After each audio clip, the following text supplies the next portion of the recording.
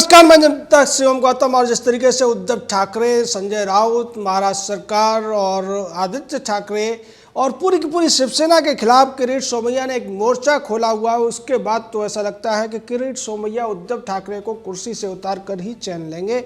अब इस कड़ी में किरीट सोमैया ने आज एक बड़ा दावा किया है, बड़ा एक बयान दिया। उन्होंने कहा है कि मैं अब चुनाव आयोग में उद्धव ठाकरे की शिकायत लेकर जा रहा हूं कि उन्होंने जब मई में एमएलसी का चुनाव लड़ा था तब जो वो एफिडेविट दिया गया था उसमें निश्चित तौर पर जो 19 मकान थे या 19 बंगले थे कोलाई गांव के अलीबाग रायगढ़ के, उनकी जानकारी छुपाई गई थी, जबकि उनका सौदा 2014 में ही अन्वय नायक और कुमुद नायक, जो अन्वय नायक की मां थी, उसके साथ उद्धव परिवार का हो चुका था। बहुत संपत्तियां उद्धव सरकार के स्वामित्व में थी, बहुत संपत्तियां उद्धव ठाकरे के पास बेनामी संपत्ति के तौर पर थी, क्योंकि उनका मोटेशन नहीं कराया गया था, दाखिल खारिज नहीं कराया गया था। और इसी वजह से 5.5 करोड़ रुपए कीमत की ये संपत्तियां उद्धव ठाकरे ने जानबूझकर चुनावी हलफनामे में छुपाई थी, जो कि सीधे तौर पर चुनावी कानूनों का उल्लंघन है। और इसके तहत अब उद्धव ठाकरे के ऊपर 6 महीने की सजा का एक तलवार लटक चुकी है। हमने आपको बताया था कि किरीट सोमैया ने जो खुलासा किया है उसके बाद निश्चित तौर पर चुनाव आयोग और चुनाव कानून के तहत उद्धव ठाकरे की कुर्सी जा सकती है। और उसी कड़ी में अब किरीट सोमैया आगे कदम उठाते हुए दिख रहे हैं। निश्चित तौर पर ये जो मामला है कि जो ज़मीनें खरीदी गई थी वो खरीदी गई थी 2014 में, और उन जमीनों का मोटेशन उद्धव ठाकरे ने कराया है 2020 में जाकर। 11 नवंबर 2020 में रश्मि ठाकरे के नाम पर ये ज़मीनें ट्रांसफ़र हुई हैं, जबकि वास्तव में इनका मालिकाना हक और कब्जा उद्धव ठाकरे का ही था। लेकिन चूंकि दाखिल खारिज और मोटेशन का जो एक प्रक्रिया है उसके बाद ही जो ज़मीनी रिकॉर्ड होते हैं उनमें नाम चढ़ते हैं, और इसी का फ़ायदा उद्धव ठाकरे ने उठाया। और इसी के तहत उन्होंने जो संपत्ति की घोषणा की उसमें इसका जिक्र नहीं किया था। निश्चित तौर पर ये एक बड़ी और गलत तरीके से की गई कार्रवाई थी जो उद्धव ठाकरे ने की। उद्धव ठाकरे को सारी ज़मीनों की ब्यौरा दिए जाने चाहिए था, और इसी तरीके के ब्यौरे की बात किरीट सोमैया ने पहले भी उठाई थी, जब दो ज़मीनें एक ही डिटेल के साथ उद्धव ठाकरे के एफिडेविट में थी और उनकी कीमतों में काफ़ी ज़्यादा अंतर था। एक ज़मीन जो थी 9.5 एकड़ के करीब थी और दूसरी कम थी। यहाँ जो ज़मीनें हैं उनका जो टोटल क्षेत्रफल है 19 घरों का टोटल क्षेत्रफल 19,500 स्क्वायर फीट है, और ये बहुत बड़ी ज़मीन है। ये बहुत बड़े मकान आप कह सकते हैं या बंगले बने हुए हैं वहाँ पर, उनकी एक एक की कीमत करीब 30 लाख रुपए बैठती है। और ऐसे 19 बंगलों में इन्वेस्ट किया था उद्धव ठाकरे ने, लेकिन वो सारी जानकारी छुपा ली गई। और ये जानकारी क्यों छुपाई गई, अब इसका जवाब उद्धव ठाकरे को इलेक्शन कमीशन के सामने जाकर देना पड़ेगा।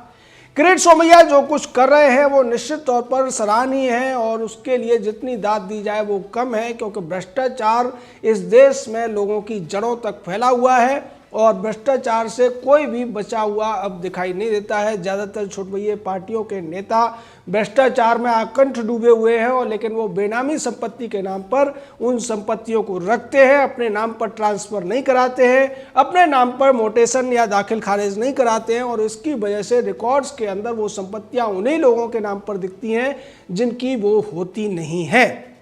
इस केस में अन्वय नायक, कुमुद नायक की मौत 2018 में हो जाती है, लेकिन रिकॉर्ड्स के अंदर ये जो संपत्तियां थी उन्हीं के नाम पर दिखाई जा रही थी, जबकि उसको लेकर पहले ही खरीद फरोख्त हो चुकी थी। और इसी का फायदा उद्धव ठाकरे ने उठाया। उद्धव ठाकरे अगर उसको पहले दिखा देते तो उन्हें फिर ये जवाब भी देना पड़ता कि इतना पैसा उनके पास आया कहाँ से। उद्धव ठाकरे को लेकर अब तक जो खुलासे किरीट सोमैया ने किए हैं उसके बाद उनकी मुसीबतें दिनों दिन बढ़ती जा रही हैं। अब इस पर शिवसेना क्या जवाब देती है, किस तरीके से सफाई देगी, ये आने वाला वक्त बताएगा। लेकिन निश्चित तौर पर शिवसेना के तमाम जो नेता, उपनेता, प्रवक्ता, उपप्रवक्ता, नेता, उपनेता, प्रवक्ता, उपप्रवक्ता और तमाम जो आमदार खासदार हैं उनके लिए मुसीबतें बढ़ गई हैं, क्योंकि इन बातों का जवाब उनके पास भी नहीं है। और किरीट सोमैया इसके साथ पूरी तैयारी करके आए हैं। उन्होंने सारे कागजात दिखा दिए हैं।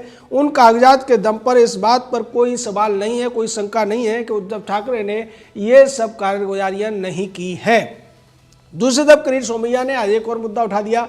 महाकाली मंदिर को लेकर शाहिद बलवा की कंपनी को फायदा पहुंचाने के लिए उद्धव ठाकरे, शरद पवार ने एक जो लैंड की लीज थी जो 99 साल में खत्म हो गई थी उसको बढ़ाकर 999 साल कर दिया, जो कि अपने आप में एक बहुत बड़ा रिकॉर्ड बनता है। देश में ऐसी लीज कहीं नहीं की गई, लेकिन इन लोगों ने प्राइवेट बिल्डर्स को फायदा पहुंचाने के लिए और महाकाली गुफाओं की जमीन को हड़पने के लिए ये आसानी से कर दिया, जिसके लिए बीएमसी और तमाम अथॉरिटी को दोषी ठहरा गया है किरीट सोमैया के द्वारा। लेकिन दूसरी तरफ किरीट सोमैया जो उद्धव ठाकरे का मामला है, जो कोलाई गांव की जमीनों का मामला है, उसमें उन्होंने ये भी कहा है कि वो रेवेन्यू डिपार्टमेंट में भी इसकी शिकायत करेंगे और उसके अलावा चुनाव आयोग में शिकायत करेंगे और भी दूसरे जो डिपार्टमेंट हैं उनमें इसकी शिकायतें करेंगे। यानी कि वो चुप बैठने वाले नहीं हैं, वो केवल प्रेस कॉन्फ्रेंस करके चुप हो जाने वालों में से नहीं है। जिस तरीके से वो पहले भी तमाम खुलासे उन्होंने किए और उन सभी की शिकायत वो लोकायुक्त में कर चुके हैं। यहाँ भी मामला ये बनता है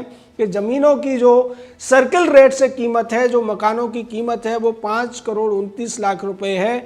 और क्या इनके लिए पूरी ड्यूटी उद्धव ठाकरे ने चुकाई थी या फिर इन ज़मीनों को सस्ते में उन्होंने रजिस्टर करा लिया था। और उसके साथ साथ ये भी अब उद्धव ठाकरे को बताना पड़ेगा कि ये 5 करोड़ 29 लाख रुपए उनके पास किन सोर्सेस से कमाई के तौर पर आए थे।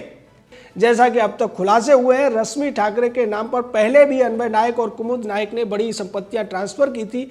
अब सवाल दूसरा ये भी उठ जाता है कि जिस अन्वय नायक की मौत के बाद एक सुसाइड नोट दिखाया गया था जिसमें 5 करोड़ 40 लाख रुपए की पेंडेंसी या देनदारियां बताई गई थी अर्नब गोस्वामी और 2 अन्य लोगों के ऊपर, उसी अन्वय नायक के साथ में करोड़ों रुपए की डील होती है, लैंड डील होती है उद्धव ठाकरे की। तो क्या ऐसा नहीं है कि उद्धव ठाकरे या उनके परिवार ने या उनके साथियों ने अन्वय नायक का पैसा न रोक रखा हो, अन्वय नायक की जो लेनदारियां थी इनके ऊपर न बची हुई हो? इसकी भी अब जांच होने की जरूरत है। और ये सवाल भी सीधे तौर पर किरीट सोमैया ने उठाया है। उन्होंने कहा है कि चूंकि इतने बड़े बड़े सौदे हुए हैं, उनका जो पेमेंट हुआ है इसको लेकर भी उद्धव ठाकरे को स्पष्ट तौर पर पूरे महाराष्ट्र को, पूरे देश को बताना पड़ेगा कि उन्होंने जो ज़मीनें खरीदी क्या वास्तव में उनका पेमेंट किया गया था या किसी दूसरी तरीके से वो ज़मीनें ली गई थी। और अगर ऐसा है तो उसमें सीधे तौर पर अब अन्वय नायक की जो सुसाइड है उसमें ठाकरे परिवार को भी जवाब देना पड़ेगा,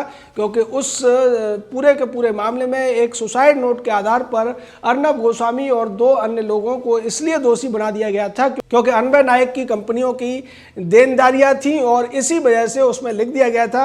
जबकि सुप्रीम कोर्ट ने भी ये माना था कि किसी व्यक्ति के सुसाइड नोट में अगर नाम है और केवल देनदारियां हैं, जबकि यहाँ पर सीधे तौर पर न तो अर्नब गोस्वामी और ना ही वो दोनों अन्य लोग जिसमें नीतीश शारदा और फिरोज शेख शामिल थे, वो कभी मिले थे अन्वय नायक से। और ऐसी स्थिति में भी अगर उन्हें दोषी बनाया जा सकता है तो क्यों न फिर ठाकरे परिवार पर सवाल उठाए जाए, जिनके साथ में 10 करोड़ से ज़्यादा रुपए की लैंड डील अन्वय नायक और उसकी मां ने कर रखी थी, उनकी पत्नी ने कर रखी थी। और जिस तरीके से उनके लैंड डील को लेकर पुराने संबंध रहे हैं, उसके बाद तो ऐसा लगता है कि यहाँ भी कोई डिस्प्यूट रहा होगा जिसका ठीकरा अर्नब गोस्वामी और अन्य लोगों पर फोड़ने की कोशिश की गई है।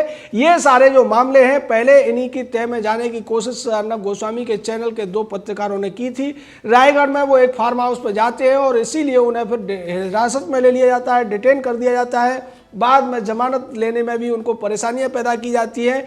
और जब ये पूरा मामला खुलता है तो उसके बाद एक के बाद एक परत खुलती जाती है और पता लग जाता है कि रायगढ़ के अलीबाग और कोलाई गांव में जिस तरीके से उद्धव ठाकरे ने तमाम ज़मीनों के सौदे किए, तमाम जो फार्म हाउस खरीदे और मकान खरीदे, उन सब में जो विक्रेता था या जो लैंड डील करने वाला परिवार था वो अन्वय नायक, कुमुद नायक का ही परिवार था। निश्चित तौर पर ये बहुत बड़ा एक गठजोड़ समझ में आ रहा है और इसमें कहीं ना कहीं दाल में काला है या फिर पूरी दाल ही काली है। और अब इस पूरी दाल की जो सच्चाई है उसको बाहर लाने की जिम्मेदारी सीधे तौर पर किरीट सोमैया उठाते हुए दिख रहे हैं।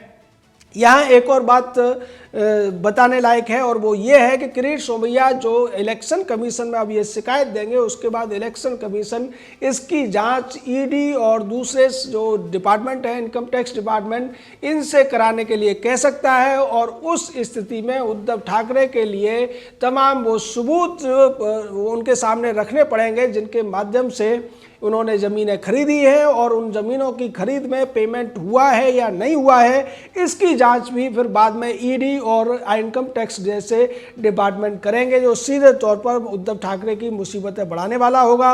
और अगर इलेक्शन कमीशन इस मामले में 6 महीने की सज़ा सुना देता है उद्धव ठाकरे को, उस स्थिति में उद्धव ठाकरे का अपनी कुर्सी पर बने रह पाना बहुत मुश्किल है और ऐसी स्थिति में नैतिक तौर पर उन्हें इस्तीफा देना पड़ेगा। फिर महाविकास अघाड़ी के सामने ये संकट पैदा होगा।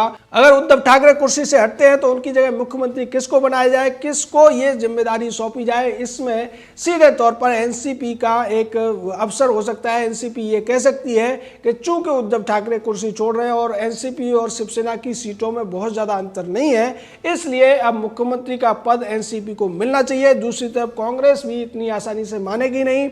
निश्चित तौर पर ये जो लड़ाई है ये बेहद दिलचस्प होने वाली है और जिस तरीके से ये सरकार बनी है, पहले ही कहा गया था कि ये 3 पहियों की सरकार है, लेकिन तीनों तरफ इंजन लगे हुए हैं और यहाँ समझ में नहीं आ रहा है कि कौन सा मेन इंजन है और कौन से पीछे के इंजन है। तीनों इंजन एक दूसरे की तरफ खींचते हुए नजर आ रहे हैं और इस स्थिति में महाविकास अघाड़ी का जो भविष्य है वो दिनों दिन और ज़्यादा अंधकारमय होता जा रहा है। किरीट सोमैया को हम बधाई देंगे कि वो इसी तरीके से भ्रष्टाचार विरोधी लड़ाइयाँ लड़ते रहे, इसी तरीके से खुलासे करते रहे और केंद्र सरकार उनको सुरक्षा मुहैया कराए। ये भी महाराष्ट्र के लोगों की मांग है और हम भी चाहते हैं कि ऐसे व्यक्ति को सुरक्षा दी जानी चाहिए जो 1 मैन आर्मी के तौर पर उद्धव परिवार के तमाम काले कारनामों को जनता के सामने लेकर आ रहा है और उसके खिलाफ तमाम जो संस्थाएं हैं उनमें शिकायतें भी दर्ज करा रहा है। जय हिंद, जय भारत।